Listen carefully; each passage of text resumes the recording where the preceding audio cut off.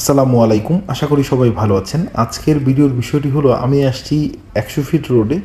আর দেখতে পাচ্ছেন আমি এখন আছি ইউআইইউ ইউনিভার্সিটির সামনে।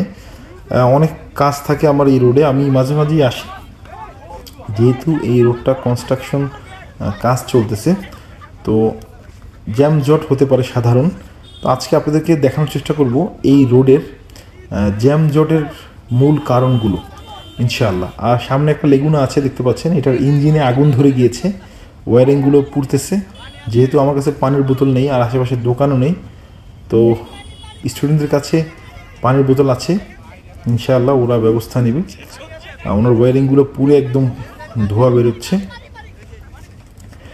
আর এই রোডে আজকে ভিডিও করার সবচাইতে মূল কারণ হলো আমরা আলহামদুলিল্লাহ আল্লাহর কাছে শুক্রিয়া, আল্লাহ তাআলা আমাদেরকে বাংলাদেশের মতো একটা দেশ দিয়েছে, কিন্তু এখানের যে সকল মানুষ দায়িত্বে আছেন, এই আপনার উন্নয়নমূলক কাজ বলেন আর রাজনৈতিক বিষয় বলেন, যে কোনো বিষয় বলেন, আমি বলবো প্রত্যেকটা মানুষ যার যার জায়গা থেকে দায়িত্ব অবহেলা করছে। আর না হলে ম্যানহোলের ঢাকনা লাগানোর জন্য জীবন দিতে হয়, রাস্তার ড্রেনের স্ল্যাব লাগানোর জন্য জীবন দিতে হয়। আমাদের দেশে জীবন দিলে এরপর টনক নড়ে আমাদের কর্তৃপক্ষদের। আর এখন বাজতেছে 9টা বাজতে 4 মিনিট বাকি আছে সকাল। আপনাদেরকে আজকের এই রাস্তাটার ভিডিওটা দেখানোর মূল কারণ হলো আমি আপনাদেরকে বলতে চাই, আপনারা ভিডিওটা অবশ্যই শেয়ার করবেন। হয়তোবা কোনো না কোনো ব্যক্তির শেয়ারের কারণে এই রাস্তাটার যে উন্নয়নমূলক কাজগুলো যে থেমে আছে, যে মানুষের ভোগান্তি হচ্ছে, জ্যাম জট থেকে শুরু করে মানুষের অ্যাক্সিডেন্ট হচ্ছে রাস্তাঘাটে।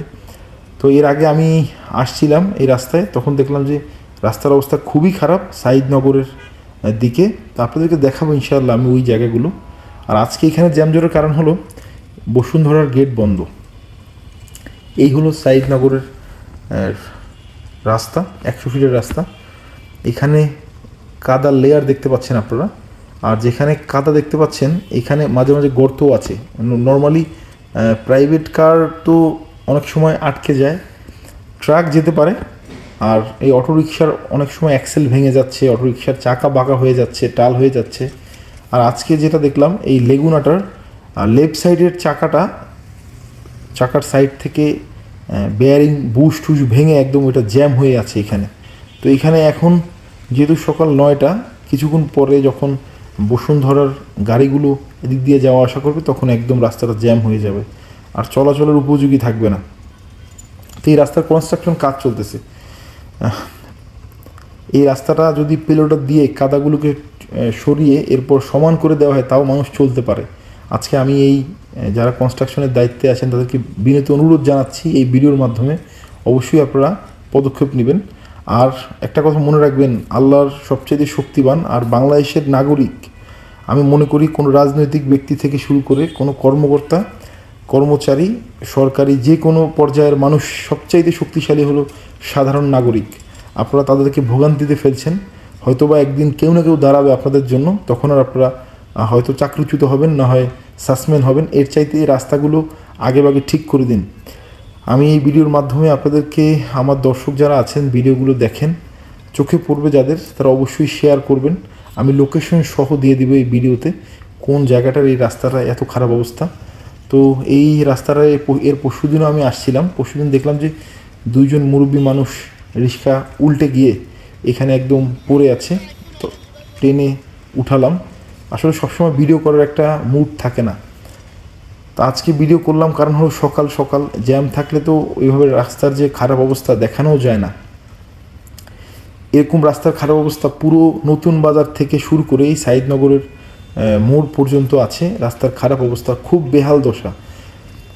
লক্ষ লক্ষ টাকা বাংলাদেশের গচ্ছা যাচ্ছে শুধু এই রাস্তাঘাটগুলো খারাপ দেখে। দেখতে পাচ্ছেন অলরেডি অটো আটকে গিয়েছে, এরকম অহরহ হচ্ছে ঘটনা।